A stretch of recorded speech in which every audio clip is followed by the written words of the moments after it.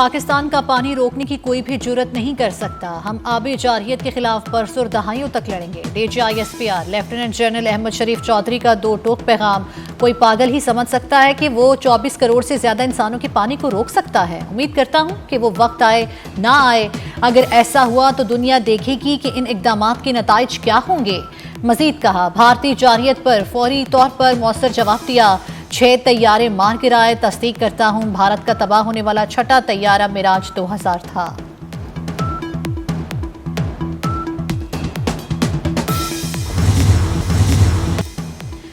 خارج ہو یا بلوچستان میں سرگرم گروہ، بھارت پاکستان میں دہشت گردی کا اصل سرپرست ہے. مودی سرکار جھوٹے بیانے کے پیچھے چھپ رہی ہے. D G I S P R lieutenant general Ahmed Sharif Chaudhry کی آسٹریلیا عربیہ سے خصوصی گفتگو. بھارت نے پہلگام واقعے کے چند منٹ بعد الزامات لگانا شروع کر دیے. بھارت کو غیر جانبدارانہ تحقیقات اور تعاون کی پیشکش کی، لیکن بھارت نے ایک طرفہ کارروائی کی. مساجد پر میزائل داغے، بچے، خواتین اور بزرگوں کو شہید کیا. بھارتی وزارت دفاع نے خود جنگ بندی کی درخواست دی. ہم نے کہا کیوں نہیں، ہماری ترجیح امن و استحکام ہے.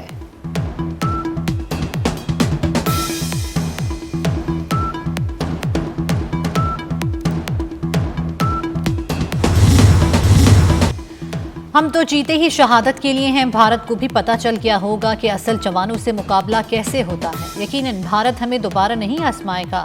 صدر مملکت آصف علی زرداری کا گجرانوالہ کینٹ میں افسران اور جوانوں سے خطاب. ہر پاکستانی وطن کے لیے جان اور مال لٹانے کو تیار ہے. کشمیری، سندھی، پنجابی، بلوچی اور پٹھان کوئی بھی بھارتی غلامی میں نہیں رہنا چاہتا. آرمی چیف کو سب سے زیادہ مبارکباد. فوجی اور سویلین شہداء کی قربانیاں مقدس امانت ہیں. دھرتی ہے تو ہم سب ہیں، دھرتی نہیں تو کچھ بھی نہیں.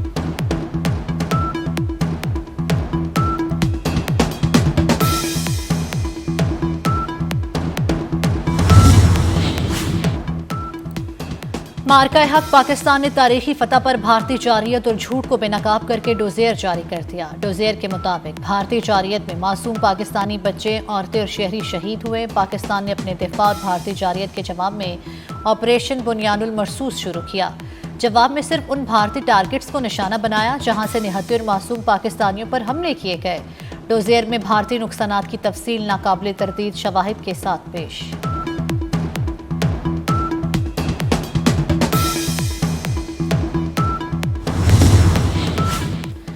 بھارت جارحیت عالمی سطح پر بے نقاب کرنے کا مشن. نائب وزیر اعظم اسحاق ڈار کل چین کے دورے پر روانہ ہوں گے. چینی وزیر خارجہ وانگ ای سے ملاقات شیڈیول. جنوبی ایشیا کی علاقائی صورتحال پر تبادلہ خیال ہوگا.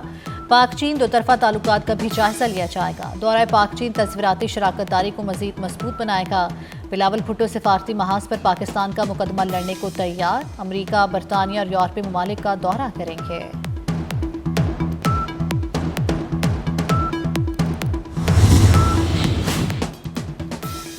مذہبی آزادی بنیادی انسانی حق ہے جس کو سلب نہیں کیا جا سکتا. سکھ یاتریوں کو کرتارپور آنے سے روکنا مودی اور بی جے پی کے فاشسٹ ایجنڈے کا ثبوت ہے. وفاقی وزیر داخلہ محسن نقوی نے social media platform X پر کہا، مودی سرکار کا مذہبی عدم برداشت کا چہرہ بے نقاب ہو گیا.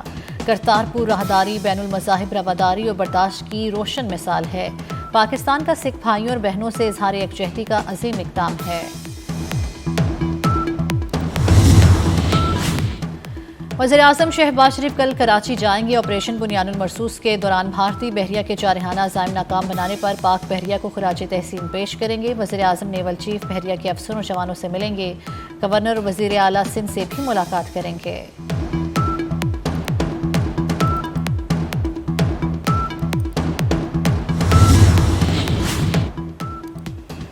رافیل کی تباہی مغرب کے لیے سبق اور یورپ کے لیے وارننگ. رافیل کے گرنے سے بھارت کا آپریشن سندور تباہی میں بدل گیا. جرمن میڈیا بھی پاکستانی افواج کی صلاحیتوں کا معترف. جرمن اخبار کے مطابق بھارت کو پاکستان کی انٹیلی جنس شیئرنگ کا کوئی اندازہ نہیں تھا.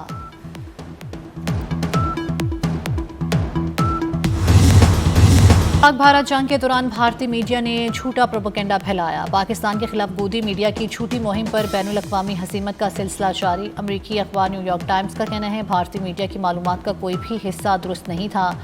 مودی میڈیا نے 2 جوہری ریاستوں میں جنگ کے لیے چیئر لیڈرز کا کردار ادا کیا. بھارتی میڈیا کا رویہ علاقائی سلامتی کے لیے سنگین خطرہ قرار.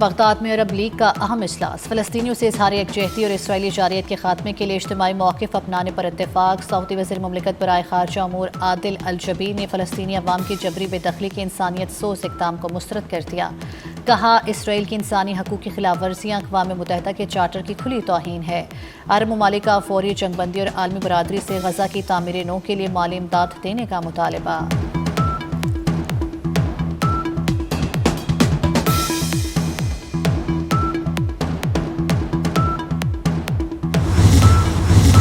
ملک بھر میں شدید گرمی کی لہر جاری، سورج آج بھی سوانیسے پر رہا۔ دادو میں پارہ 48 تک جا پہنچا۔ سرگودا، بکھر، رحیم یار خان، بھاول نگر، سپی، جیکب آباد میں درجہ حرارت 47 ڈگری ریکارڈ کیا گیا۔ لاہور میں لو چلتی رہی، درجہ حرارت 43 ڈگری تک پہنچ گیا۔ شام کے وقت قدرت کو رحم آ گیا۔ اسلام آباد اور راولپنڈی میں تیز ہوا کے ساتھ بارش، اٹک میں بارش اور ژالہ باری سے موسم خوشگوار ہو گیا۔ نئے پوپ لیو چہاردم نے حلف اٹھا لیا۔ حلف برداری کی تقریب سینٹ پیٹرز بیسیلیکا میں ہوئی۔ تقریب میں عالمی رہنماؤں سمیت 2.5 لاکھ افراد کی شرکت۔ چیئرمین سینٹ سعید یوسف رضا گیلانی اور امریکی نائب صدر جے ڈی وینس بھی شریک ہوئے۔ عجائب گھروں کا عالمی دن، دنیا بھر میں تہذیب و ثقافت سے آگاہی کے لیے دن منایا جاتا ہے۔ پاکستان میں کراچی، لاہور، اسلام آباد، ٹیکسلا کے عجائب گھر ماضی کے امیر۔